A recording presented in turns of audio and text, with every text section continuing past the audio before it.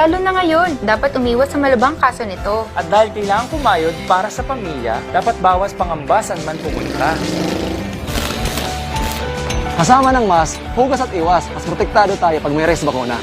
Napatunayang ligtas at mabisa ang res bakuna. Kaya buong pamilya ko, naka 2 doses na. Libre lang to. Pumunta sa inyong health center o tumawag sa DOH 1555 hotline. Paglanon ng pamilya, hawak mo sa iyong kamay. Kaya pumili na, hindi na ako matatakot.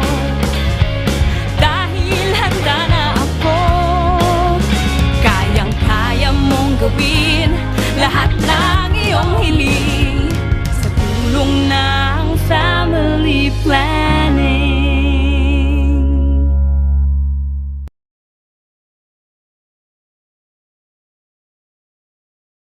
Magulo, walang direksyon, at nasa isang madilim na sitwasyon po ako palagi.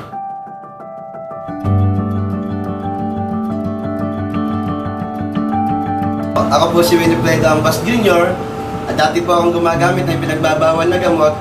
Ako po ay lubos na nagpapasalamat sa Department of Health at sa Treatment and Rehabilitation Center Bataan dahil po sa pag-rehabilitate sa akin, ngayon po hindi ko na hinahanap ang pinagbabawal na gamot.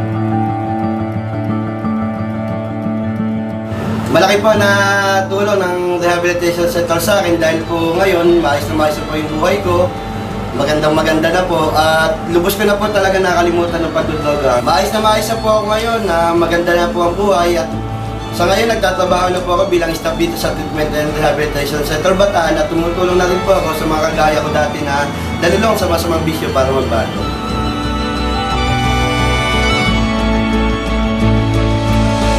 Yung sa mga gumagamit po ng pinagbabawal na gamot dyan, tigilan nyo na po. Wala pong magandang idudulot sa buhay nyo yan. Puro problema.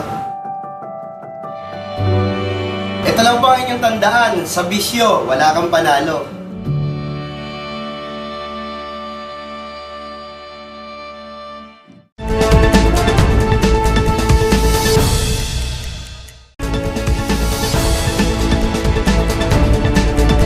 Narito na ang mga nagpapagang balita. Limit sa bilang ng mga turistang papapasukin sa Baguio City, pinag-aaralan. Pagbabaklas ng mga campaign posters sa mga private property, sinuspinde. Mga magsasaka at negosyante sa La Trinidad, labis ng apektado sa pagtaas sa presyo ng petrolyo. Bangko sa Cordon Isabela, niluuban. Mga babaeng nag-aaral ng self-defense, tumarami. At pinakamalaking gong sa Pilipinas, matatagpuan sa Mangayan, Benguet.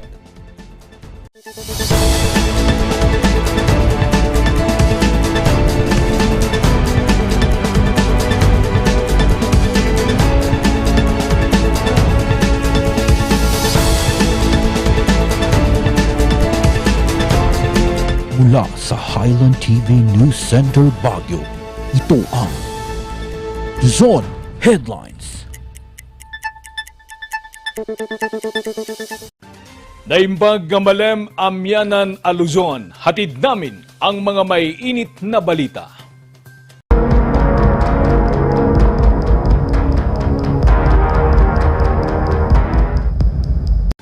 Pinag-aaralan pa ng pamahalang lungsod ang limit sa bilang ng mga turistang papasok sa Baguio City sa kabila pa rin ng pag-iral ng Alert Level 1. Pagbabalita, Charles Limon.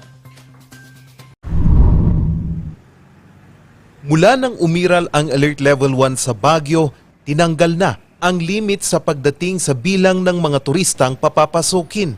Data, siguro mga 1 month na gathering ng data para bago namin talaga ma-determine yung threshold. Mabuti na yung we have enough data kaysa yung initial data pa lang, gagawa na kagad tayo ng analytics and then we come up with decisions, baka hilaw. Dapat mai-hit natin yung 20 per day para malaman natin talaga yung threshold. Pero ngayon, nandun lang tayo sa 9,000, 8,000 visitors. Pero inaasahang tataas pa ang bilang ng mga aakyat na turista dahil sa pagsisimula ng panagbanga at mahal na araw. At turista talagang pumupunta sa mga lahat ng destinations, ano? And even with the fuel hike. You know what I mean? And I think gusto rin nating makita yung good side of it, no? Like people will not travel siguro using their vehicles Baka gagamit na sila ng mga public transport. And that would be really good for the city of Baguio. Kampante naman ang Baguio Flower Festival Foundation Incorporated sa pagdagsa pa rin ng mga turista sa lungsod sa kabila ng pagtaas ng presyo ng gasolina. The turn-up of arrivals over the weekend, even before Panagbenga, should already tell you something that people are really yearning to get out. They want to get back. And Panagbenga, I believe, is the first festival on the ground to open many doors for other festivals to try to go back to, well, of course, hindi na tayo babalik katulad ng dati kasi binabantayan pa natin itong pandemya, no? But we'd like to do this at a better normal. Kasama sa pag-aaral ng lungsod ang nagiging epekto ng mobility ng tao sa lungsod sa pagtaas ng kaso ng COVID-19. Ayon sa pamahalang lungsod, manageable pa sa ngayon ang kaso ng COVID-19. Naglalaro na lang sa 2 hanggang sa 10 ang naitatalang kaso ng COVID-19 kada araw. Charles Nicolimon para sa Luzon Headlines.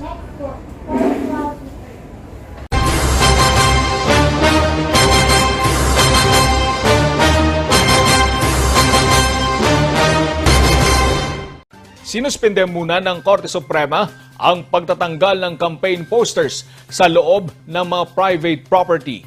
Magbabalik sa report, Charles Limon. Pinatitigil na ng Korte Suprema ang Oplan Baklas ng COMELEC. Alinsunod ito sa inilabas na temporary restraining order kahapon. They succeeded, so mayroon kaming temporary restraining order as of this time. Pero in certain sections lang po ng COMELEC Resolution 10730, namely Section 21, letter O, yan po yung we cannot remove yung mga posters na oversize po na nasa private places. Paglagay po ng headquarters, paglagay ng signs doon po sa headquarters na it must be before and during the election period, the campaign period only. And then Section 26 po, yung pong pagtanggal namin ng mga campaign materials na kailangan pong magbigay kami ng notice within 3 days. Nagugat ang naturang issue sa pagpila ng petisyon ng mga supporter ni VP Leni Robredo mula sa St. Anthony College ng Rojas City. Kahapon, sa Supreme Court Unbanked Deliberation, inisyu ng Korte Suprema ang TRO sa 3 seksyon ng COMELEC Resolution 10730. Ikinatuwa naman ito ng mga supporters ng presidential aspirant na si Leni Robredo. Siyempre, tuwang-tuwa. Happy kami that merong nilabas na ganyan ng Supreme Court because now we are free to express ourselves, diba? Yun naman ang pinaglalaban ng marami na yung kung ano man yung nilalagay nila sa private property nila, hindi pakialaman. Sa isinagawang Oplan Baklas ng COMELEC noong February 19, 921 ang nabaklas. Karamihan dito ay hindi na ikabit sa posting area. Kasunod ng paglalabas ng Korte Suprema ng TRO, pinasususpinde din ng DILG ang Oplan Baklas operation sa buong bansa. Sa statement ni Undersecretary Jonathan Malaya, spokesperson ng DILG, sinabi niya na nakahanda silang sumunod sa kautusan ng Korte Suprema. Wala namang timeline kung hanggang kailan ang TRO ng Korte Suprema at hinihingan nila ang COMELEC na magkomento dito sa loob ng 10 araw. Wala pa namang komento ang COMELEC Central Office ukol sa TRO. Charles Nicolimon para sa Luzon Headlines. Samantala, lalong umaaray ang mga magsasaka at negosyante ng gulay sa La Trinidad, Benguet dahil pa rin ito sa patuloy na pagtaas ng presyo ng petrolyo. Magbabalita, Ren de Guzman. Pahirap para sa mga biyahero ng gulay ang patuloy na pagtaas ng presyo ng petrolyo. Isu nga talaga, doble nga ro din ti kwantinat, doble ba din ti gasolina, kasano nga, siyayon. Hindi kami gimarigligatan, na kami nga mga travel. Hindi rin kasi nila maitaas ang singil sa pagbiyahe ng gulay mula La Trinidad papuntang Divisoria. Di kaya talata ka depresyon na. Jag-adjust nga talaga kung dagito yung trackers. Dagito yung agpapakwati trackings. Tapno agpangato da kumati kuha pamasahin timan. Tapno handa nga malugi. Isa rin sa mga lubhang naapektuhan ng patuloy na pagtaas ng presyo ng gasolina ang mga magsasaka dito sa Strawberry Farm. Gasolina kasi ang gamit nila sa mga makinang pampatubig. Kung dati ay nasa 200 pesos lang ang nagagastos bawat linggo, ngayon aabot na sa 400 to 500 pesos. Amumon mabutbutan adi ti bulsa tapos kasti pa lang ti sitwasyon nga nakapudpudot. Bumabati production ti strawberry. So talaga nadagsan marik nami ti kinadagsan na di matuan ti gasolina. Dahil dito tumaas na rin ang presyo ng mga bentang strawberry. Noon, mga 200 ganun. Ngayon ma'am, magkano na? 250 to 20 ganun ma'am. Kaya't kahit paunti-unti nang bumabalik sa normal, hindi pa rin nila masabing sila'y nakakabawi na. Kasla bias no baga tayo nga makabawi tayo. Da kami standard rate nga at least ada ti basit nga mabati kan degord ag sublimot lang ti mausar lagi mula ta ngin minati abono ngin minati gas. Umaasa silang mas marami pang turista ang bumisita sa La Trinidad, lalo na tuloy ang selebrasyon ng Strawberry Festival ngayong Marso para naman muling mabuhay ang kanilang mga negosyo. Randy Guzman para sa Luzon Headlines.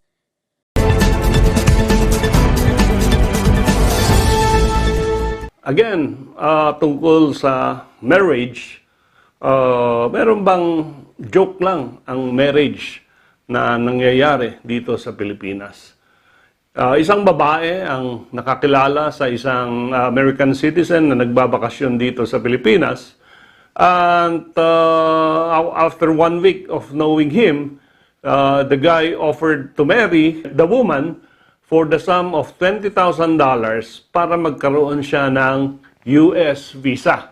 So pumayag naman ang babae, bayad siya ng $20,000 and they were in fact married in civil ceremonies dito sa Pilipinas. Nung umalis yung lalaki, hindi na siya bumalik ng Pilipinas, hindi rin niya natupad yung kanyang pangako na magkakaroon ng fiancé visa. Itong babae, hindi rin niya binalik yung $20,000 na binayad ng babae upang siya ay pakasalan at magkaroon ng visa. So, the woman filed a petition to annul yung kanyang marriage doon sa US citizen on the ground na biru-biru lang yung kanyang marriage to that American citizen. Ano ang sabi ng Korte Suprema dito? Ang sabi ng Korte Suprema ay valid yung marriage. Hindi siya makawala sa bands of marriage because there is no such thing as a marriage in jest or a marriage in joke. No? Hindi biru-biruan ang marriage. No? Again, we repeat, marriage is an inviolable social institution. Sabi ng civil code, sabi ng family code. At hindi pwedeng gawin lang ng biru-biruan ang pagkasal sa isang tao. Again, yung babae, sabi niya, hindi naman po free consent ang binigay ko dyan. Meaning, labag sa loob ko magpakasal sa kanya, kaya lang, gusto ko talagang makarating sa Amerika. At because of this, my consent was vitiated, meaning clouded yung kanyang consent. Sabi ng Supreme Court dito, there is no such thing as a vitiated consent. Kasi nung nagpakasal ka, alam na alam mo yung consequences ng kasal. Thus, yung consent mo was considered as freely and voluntarily given. At ito nga yung sinasabi ng ating mga ninuno na dapat seryosohin natin ang pagpapakasal. Hindi pwedeng isubo mo tapos iluwa mo lang pag ayaw mo na.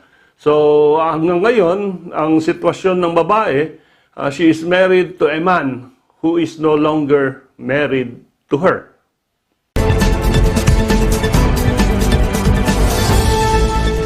Ang bahaging ito ay hatid sa inyo ng Pines Estate and Gaming Corporation. Susunod, bangko sa Cordon Isabela, nilooban, yan at iba pang balita. Abangan!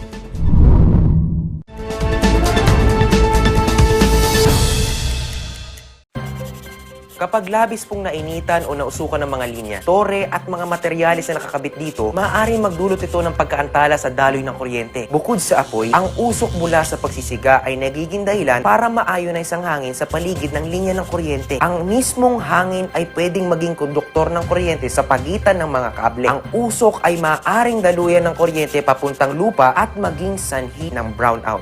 Ang paalalang ito ay mula po sa NGCP. Hello, good morning, TJ Home Builders po. TJ Home Builders po? Yes po, sir. Sir, paano po umorder online ng mga hardware supplies? Yes po, sir. Madali lang naman pong mag-order through our Facebook page po. Punta lang po kayo sa facebook.com/TJHomebuilders at i-message nyo na lang po kami doon at meron lang pong sasagot sa inyo. So, meron po tayong indoor, outdoor, tsaka meron din po tayong for kitchen, for bathroom, at mga lightings po. Sir, ang TJ Home Builders po ay isang tindahan na nag-offer po ng mga finishing material. Easy to install at mas makakatipid po sila ng oras at sa pera po nila. Mas concentrated po kami sa mga modern materials. TJ Home Builders! We turn houses into homes! The Baguio Country Club, the first and only 5-star mountain resort in the Philippines, is fully equipped and ready to welcome you back. The club has thoroughly worked on adapting to the new normal. The usage of any of the facilities and amenities of the club is governed with specific rules, regulations, and procedures in accordance to the medical, physical distancing, and disinfecting protocols. And as you return back here to your second home and make new memories with us, we assure you that at the Baguio Country Club, you do not have to worry because we can assure you that the club continuously puts great importance to the health, safety, and wellness of its members, guests, and employees.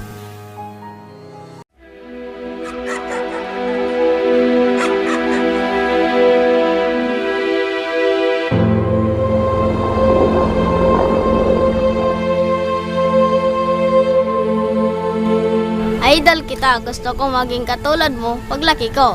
Ang mga pangarap mo, kayang-kaya nating tuparin dahil lahat na ginagawa natin ay para sa mga kabataang katulad mo.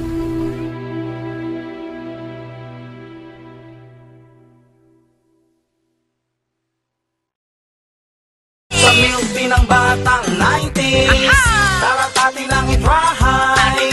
Ang batang 90s milk tea, di ka magsisisi, promise. Sa milk tea ng batang 90s. Coronavirus. Dahil dito, may mga bagay na hindi mo na magagawa. Ngunit, may katuwang ka. PDA or Pau de Arco Herbal Capsule na may antiviral quercetin at immunity booster. Mag-PDA or Pau de Arco Herbal Capsule araw-araw. Para iwas sakit, iwas virus.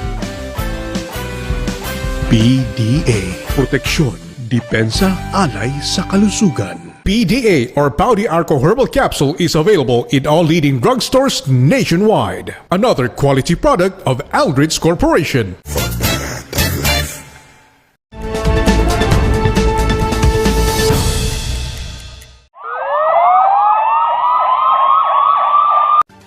Sa police report, aabot sa halos 1 milyong piso ang natangay ng mga hindi pa nakikilalang mga kawatan sa panloloob sa isang bangko sa Cordon Isabela.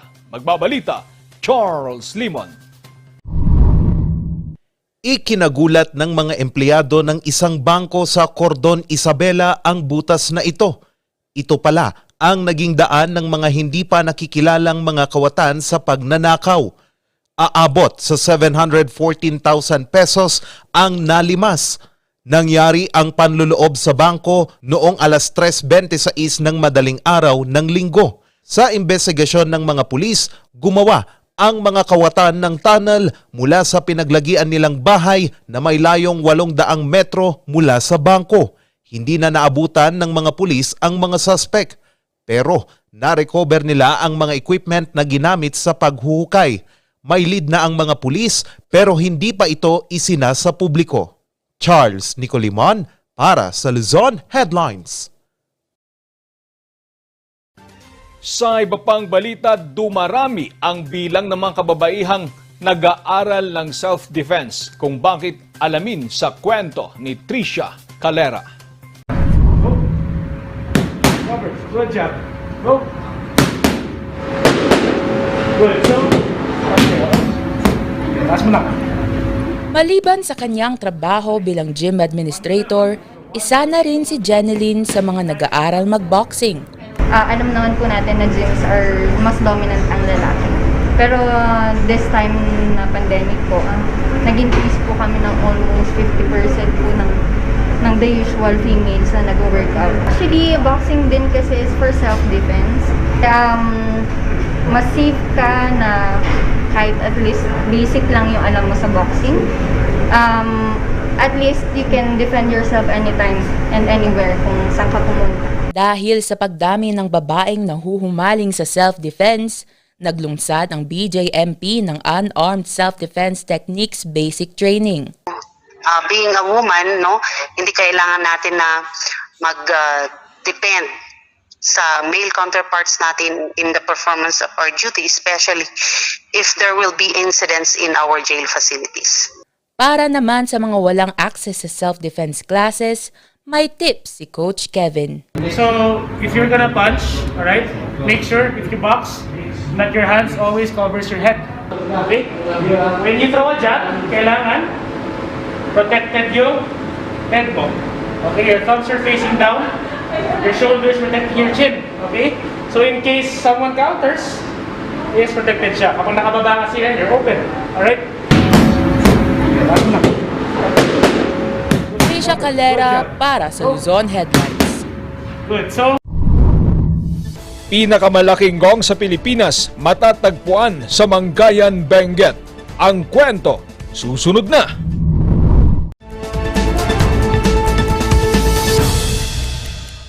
Mazar Music offers a complete line of musical instruments.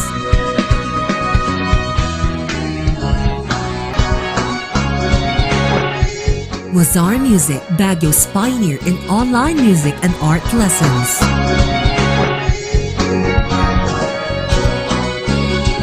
Mazar Music, bringing music closer to your hearts.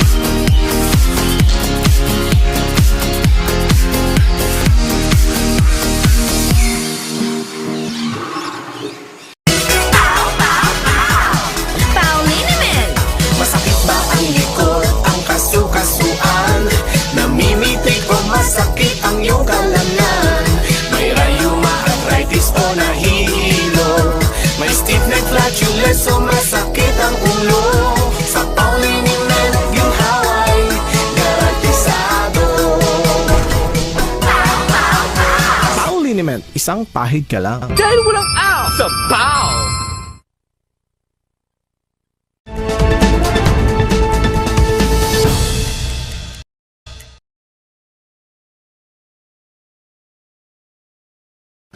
Nasa Mangayan, Benguet ang pinakamalaking gong sa Pilipinas. Target ng pamahalang lokal na gawin itong atraksyon.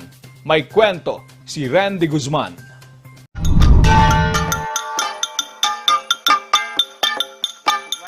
Malaking parte ang gong o gangsa sa buhay ng mga Cordilleran.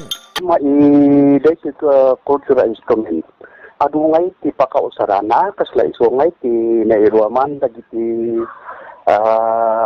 ako tayo di, ama tayo, naganak kanya tayo, sumutus-usaran ngay nga, no adatet kanyaw, paslangay nga pagyamanan ka, usaran ngay nga agyaman, iti kabunyan, ni Apo Diyos, dan dumawat iti bendisyon, blessing, dagiti tao.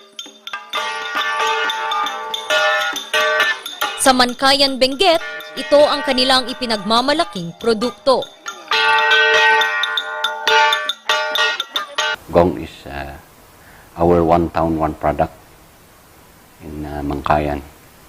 And the government recognizes the production of gongs. That's why the government under the DOLE program and the local government unit have erected a production area in Barangay Budbud. Itinuturo rin nila ang kahalagahan nito sa mga kabataan. They practice the culture by playing gongs. Kasi we are encouraging all schools, mga youth natin, to make use and practice of our tradition of playing gongs, actually. And even rituals too, we do. We have the kanyaw, where we do the same thing. Dito rin sa Mankayan matatagpuan ang gong na may 7 feet na diameter at bigat na 175 kilos. Gawa ito ni Marvin Onyo. Alin siya gamin, ma'am, pa unada nga ti taga Kalinggakot. Inarami da kanulya, dakol nga gansa. At kunamot iti gobyerno iti Mankayan, ay mangaramid tayo mo ti gangsa tayo. Umabot ang paggawa ng halos 3 buwan. In sakripisyo mi nga inayon nga inaramid dati gamin gansa nga babasit kat ado iti order kara kami so nga kaslain sakripisyo mi na numabanog kami tadakol nga gansa gamit kami ti babasit nga gansa ma'am. So in mabot nga 3 months ma'am. Pinaniniwalaan nilang ito ang pinakamalaking gong sa buong Pilipinas. The office of the municipal mayor, yung staff ng tourism is working on the process po sa recognition ng biggest gong. We will have the resolution from the municipal, then to the province po. From the province to the national po. Plano na rin nila itong gawing tourist attraction. Pero pinagpaplanuhan pa kung saan ito ilalagay. Randy Guzman para sa Luzon Headlines. At yan ang mga balitang nakalap ngayong araw. Maraming salamat at muli, magandang gabi po sa ating lahat.